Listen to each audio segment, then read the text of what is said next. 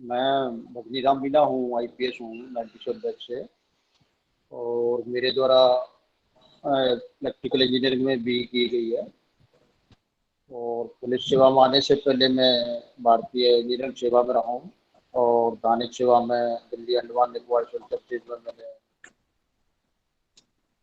Service किया है।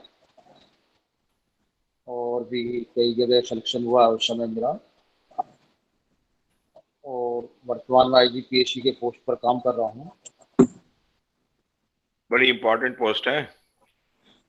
और क्योंकि मेरे द्वारा एक ग्रामीण पृष्ठभूमि से मैं डिपेंड करता हूँ कि जहाँ पर कि कोई इस तरह की सुविधाएं नहीं थी कि यूपीएससी दिया जाए या कोई इसके बारे में अवेयरनेस नहीं था। तो उस समय एक गांव का माहौल था कि गांव में एक इंजीनियर होते थे हमारे पड़ोस में, तो इंजीनियर का काफी अच्छे ठाट बाट थे, उसको देख के सोचते थे कि ये इंजीनियर बहुत बड़ी पोस्ट है। तो हमने सोचा कि क्यों नहीं, जब गांव में पढ़ते तो इंजीनियर बना जाए। तो इंजीनियर बनने के लिए वहाँ पर हमने डिग्री किया। 12th के बाद में इंजीनियरिंग में एडमिशन हुआ, डिग्री किया। और उसी समय हमारा इंजीनियरिंग सर्विसेज में सिलेक्शन हो गया यूपीएससी में। तो यूपीएससी में सिलेक्शन होने के बाद में हमने सोचा कि हमारे साथी जो और थे वो आईएएस आईपीएस में सेलेक्ट हो चुके थे ऑलरेडी।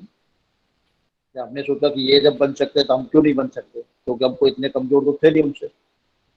जो भी हमारे साथ थे तो जो बन गए थे, तो हमने सर्विस में रहते रहते, क्योंकि पेरेंट्स मनी नहीं मिलता था फादर फंड, तो सर्विस के दौरान ये तैयारी किया हमने। और तैयारी करते करते अपने जो विषय सेलेक्ट किए, हमारा विषय, क्योंकि जॉब में रहते रहते आप इस तरह के विषय सेलेक्ट करना, इंजीनियरिंग विषय सेलेक्ट करने में फुल टाइम देने में समस्या थी। तो इसलिए हमने पॉलिटिकल साइंस और हिंदी लिटरेचर एक सब्जेक्ट सेलेक्ट किया, जो कि हमारे भाई पढ़ते थे इसमें। और पॉलिटिकल साइंस को कॉन्स्टिट्यूशन पढ़ना एक वैसे जरूरी था जनरल स्टडी के लिए। और हिंदी लिटरेचर एक ऐसा सब्जेक्ट है कि उसमें बिना किसी परेशानी के, बिना रुकावट के आप लगातार पढ़ सकते हैं, इंटरेस्ट कर सकते हैं, उसको फील कर सकते हैं, उसको एंजॉय कर सकते हैं हिंदी को। और हिंदी और पॉलिटिकल साइंस विषय मेरे द्वारा रखा गया, जिससे फर्स्ट अटेम्प्ट में मैं क्लियर होगा और मुझे सीजीआई सर्विस मिला फर्स्ट में। तो इसके बाद मैंने सोचा कि आईएएस बनना ईजी है और इसको बना जा सकता है, तो दोबारा दिया, डिफेंस सर्विस मिला मुझे। थर्ड बार दिया, दैनिक सर्विस मिला, बाद में आईपीएस मिला। तो मेरा प्रयास हर वक्त सफल रहा, क्योंकि लेकिन जो इंटरव्यू, जो साक्षात्कार में कभी कभी कमी रही, और उसकी वजह से मेरा प्रॉपर में सिलेक्शन नहीं हो पाया। क्योंकि मेरा फर्स्ट अटेम्प्ट में 89 नंबर मिले थे मात्र मुझे 300 में से।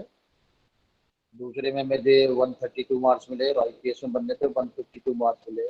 लेकिन मेरा क्योंकि स्कोर इतना था कि हिंदी में 60% से अबो मार्क्स आते थे, जीएस में 60% से अबो मार्क्स आते थे, लेकिन पॉलिटिकल साइंस में कम रह जाते थे, क्योंकि पॉलिटिकल साइंस मेरा बेस नहीं था।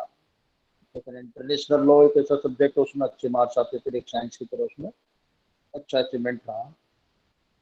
तो मेरा ये मानना है कि कोई भी आप प्रयास करें तो अपने आसपास एक माहौल बनाएं, और देखें कि जिस माहौल में आप रह रहे हैं उस माहौल को अपने अनुकूल बनाएं। क्योंकि जब मुझे मेरे आसपास माहौल एक इंजीनियरिंग का था, तो मैं इंजीनियर बनने में सफल रहा।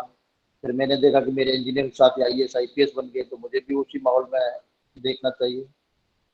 तो मैं असिस्टेंट इंजीनियर, एग्जीक्यूटिव इंजीनियर के पद पर काम कर रहा था, तो उसी समय मुझे लगा कि एक एडमिनिस्ट्रेटर, जो कि बहुत ही जूनियर आईएएस ऑफिसर थे, जो कि जिसकी मुश्किल से 10 साल की जॉब होगा, और वो चीफ इंजीनियर उसको सल्यूट करते थे, उसको पे रिगार्ड पे करते थे, उसका ऑर्डर मानते थे। तो मैंने सोचा कि ये सर्विस ही ज्वाइन करना बेटर रहेगा। और उसके लिए दिल्ली में मैं रहते रहते तैयारी किया, सर्विस में रहते हुए।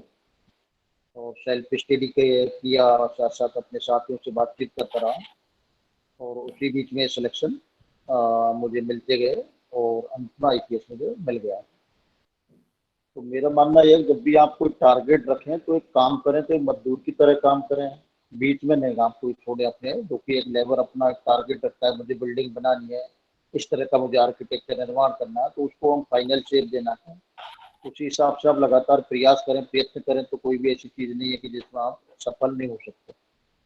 तो इसके लिए मेरा मानना है कि इसका आपका सब्जेक्ट सिलेक्शन, जो सर ने बताया, काफ़ी अच्छा बताया हमारे पूर्व आईएएस ऑप्शन है, कि जो भी आप सब्जेक्ट सिलेक्शन है आपका रुचि के अनुसार करें। और उसी हिसाब से अपना टाइम में अपना डिवोशन करें, तो सिलेक्शन कोई इतनी बड़ी वो नहीं है कि जिसका सिलेक्शन नहीं किया सकता। लेकिन आपके प्रति एक अपने आपको स्वार्थी बनाना पड़ेगा, अपने कर्म के लिए, अपने उद्देश्य के लिए आपको आइसोलेट करना पड़ेगा अदर एक्टिविटीज से। अगर आप अदर एक्टिविटीज से आइसोलेट हैं और सिर्फ ये सोचते हैं कि मुझे आईएएस बनना है, इसके अलावा कुछ नहीं बनना है, तो आपको सफलता 100% मिलेगी, इसमें कोई दो राय नहीं है। लेकिन आप अपना टारगेट फिक्स रखें, मुझे अपना टाइम फिक्स रखें कि 10-12 घंटे आपको पढ़ना है, सुबह न्यूज़पेपर रीडिंग करना है, कि न्यूज़पेपर रीडिंग किए बिना मैं खाना नहीं खा सकता, मुझे ब्रेकफास्ट भी नहीं कर सकता जब तक मैं न्यूज़पेपर नहीं पढ़ता हूँ। देखिए हैबिट बन गई शुरू से कि न्यूज़पेपर पढ़ना है मुझे, लिखने की आदत हो गई कि मैं शुरू से लिखने का अपना प्रैक्टिस करता हूँ। तो अगर आप लिखने की आदत पढ़ेंगे, न्यूज़पेपर की आदत पढ़ेंगे, तो फिर इसके साथ में आप करंट अफेयर्स के अप टू डेट रहेंगे और पुराने पेपर्स को आप देखेंगे किसी भी जॉब में, किसी भी एग्जाम के, तो पुराने पेपर पे अगर आप प्रैक्टिस करते हैं सही तरीके से, तो सिलेक्शन होना इजी हो जाता है। और आप प्रैक्टिस करते रहेंगे बार बार, तो आपके स्कोरिंग अच्छा होगा और आपको जो एक मेरिट में मार्क्स लाने चाहिए उसको प्रैक्टिस करने के बाद आपको पता चल जाएगा कहाँ कमी है, और ओवरऑल आपका एरिया कवर हो जाएगा। इसलिए मेरा मानना है कि आप अपना एक 360 डिग्री एक प्रोग्राम बनाए, मुझे क्या करना क्या है और किस तरह करना है, तो आप इजीली अपना लक्ष्य को प्राप्त कर सकते हैं, इसमें कोई भी दो राय नहीं है। क्योंकि आप भी सभी आईएएस आईपीएस सब बराबर होते हैं, सबकी बुद्धि समान है, लेकिन उसको उपयोग करने की क्षमता का आप कितना उपभोग करते हो, कितना उस चीज का इस्तेमाल करते हैं। अगर आप दिमाग का इस्तेमाल नहीं करते तो आप खराब हो जाएंगे। इसलिए इंटेलिजेंस कोई भी इंटेलिजेंस नहीं है, मेरा मानना है कि लक फैक्टर के साथ साथ आपकी मेहनत है। अगर आप प्रॉपरली मेहनत करते हैं तो आपका लक आपके साथ साथ देगा और आप अपने लक्ष्य को प्राप्त कर पाएंगे। इसलिए एक डेडिकेशन आपका होना चाहिए, आपका एक अनुशासन होना चाहिए, एक अपने आप पर नियंत्रण होना चाहिए अदर एक्टिविटीज से अलगाव करने के लिए, आइसोलेशन में जाने के लिए। तो कोई भी प्रतियोगिता है, चाहे इंजीनियर चर्चेज है, मेडिकल है या यूपीएससी है, उसको इजीली आपको टारगेट किया जा सकता है। और वर्तमान में यूपीएससी ने, क्योंकि जो सी सेट स्कीम हो गई है, ऑप्शनल हो गया है, तो इसमें बेहतर है कि आप अपना स्कोरिंग सब्जेक्ट सेलेक्ट करें। जो जरूरी नहीं है कि आपने जो डिग्री किया उसी सब्जेक्ट को सेलेक्ट करें। इसमें बेहतर है कि आप ज्योग्राफी सेलेक्ट करें, साइकोलॉजी सेलेक्ट करें, पब्लिक एड सेलेक्ट करें, हिंदी लिटरेचर सेलेक्ट करें। जो भी आप पेपर सेलेक्ट करते हैं उसमें एक अभिरुचि होना चाहिए, आपका इंटरेस्ट होना चाहिए पढ़ने का। अब मुझे हिंदी लिटरेचर पढ़ने का इतना शौक था कि मैं बिना पढ़े जब तक मेरा उपन्यास पूरा नहीं होता था, जैसे शेखर एक जी लिए 2 पार्ट है, लेकिन दोनों पार्टों को मैं नहीं पढ़ लेता जब तक मेरा और काम में मन नहीं लगता।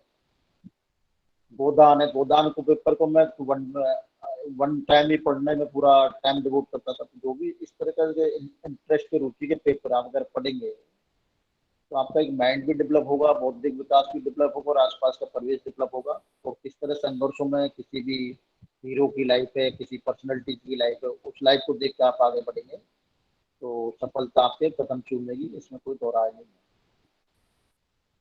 बाकी सर ने बताया है कि फुल टाइम डेडिकेशन चाहिए, आपको सर्वाइवल ऑफ टेस्ट का नियम पालन करना है सबके लिए, और उसी हिसाब से आपको आगे बढ़ना है, संघर्ष करना है। तो क्योंकि मैं भी गांव में 12 किलोमीटर स्कूल में पैदल जाता था 9 से 12 क्लास तक, और 12 से और 12 किलोमीटर पैदल आता था। 9, 10, 11, 12 में साइंस में पढ़ता था, तो अकेला मैं गाँव से जाता था।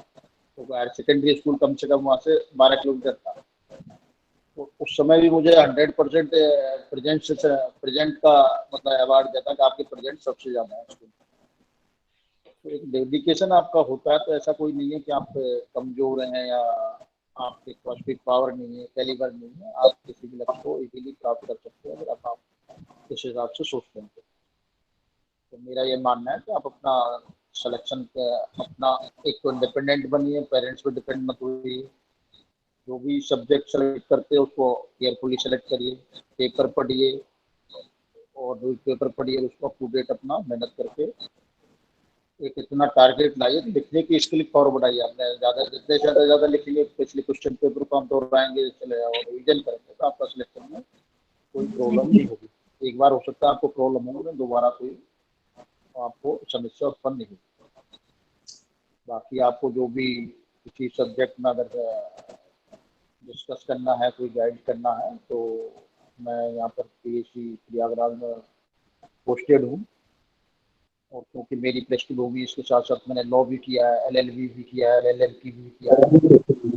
तो पढ़ने के साथ साथ, नौकरी के साथ साथ और पढ़ाई भी की है, तो आपका कोई पढ़ाई का कोई अंत नहीं है। इसलिए कंपटीटर माइंड रखें, मुझे आगे करते रहना है, जॉब लग जाना नहीं है। जॉब के साथ साथ और भी बहुत सारी दिक्कतें हैं, तो उनको भी आपको समझाना है, अपटूडेट रखना आवश्यक है।